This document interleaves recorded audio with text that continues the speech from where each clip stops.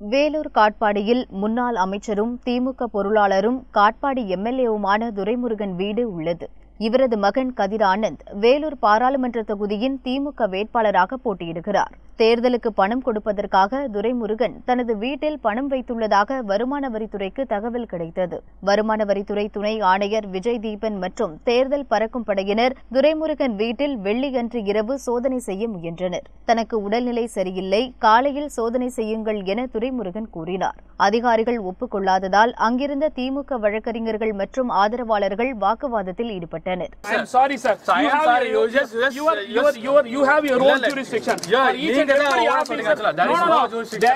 Every officer there is a jurisdiction. Even income tax department is circle 1, circle 3 are accordingly it is there. Exactly. That is for scrutiny. No.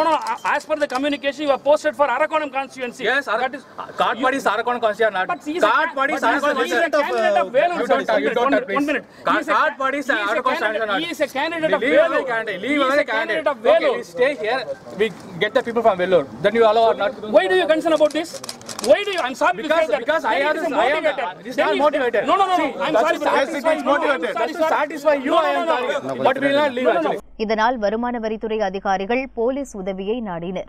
100க்கும் மேற்பட்ட போலீசார் துரைமுருகன் வீட்டின் வெளியே குவிக்கப்பட்டதால் பதட்ட நிலை ஏற்பட்டது.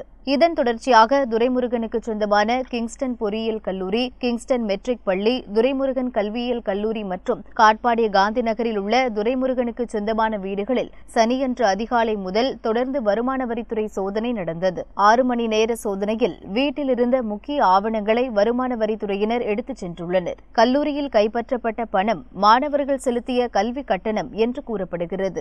நிச்சயமாக கதிர் ஆனந்த் வெற்றி பெற்று விடுவார்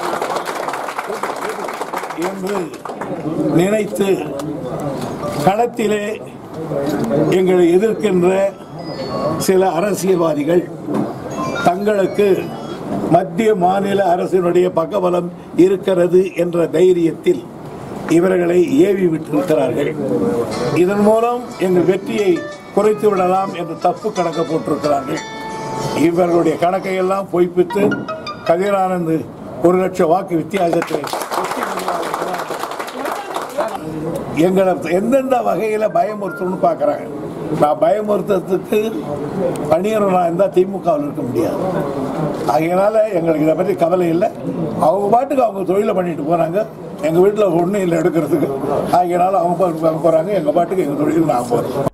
இந்நிலையில் வேலூர் குடியாத்தம் அடுத்த அனங்காநல்லூரில் திமுக முன்னாள் பொதுக்குழு உறுப்பினரும் திமுக பொருளாளர் துரைமுருகனுக்கு மிக நெருக்கமானவருமான சக்கரவர்த்தி என்பவர் வீட்டில் 7 பேர் கொண்ட வருமான வரித்துறை அதிகாரிகள் தொடர்ந்து சோதனை மேற்கொண்டுள்ளனர். முக்கிய நிர்வாகிகள் வீட்டில் நடைபெறும் சோதனை அக்கட்சியினரிடையே பரபரப்பையும் பதட்டத்தையும் ஏற்படுத்தியுள்ளது.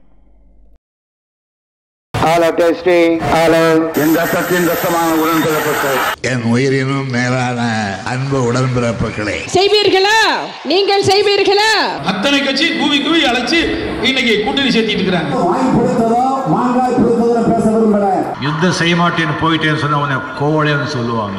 आप में से किसी ने कहा था कि Rafale CEO has said people of Tamil Nadu are remarkable. தேர்தல் திருவிழா 2019 6 பக்க எக்ஸ்க்ளூசிவ் தேர்தல் செய்திகள். தினமலர் நாளிதழில் தினமும் சில செய்திகள், சில படங்கள், சில தகவல்கள். தினமலர் நாளிதழில் மட்டுமே. தினமலர், உண்மையின் உரைக்கல்.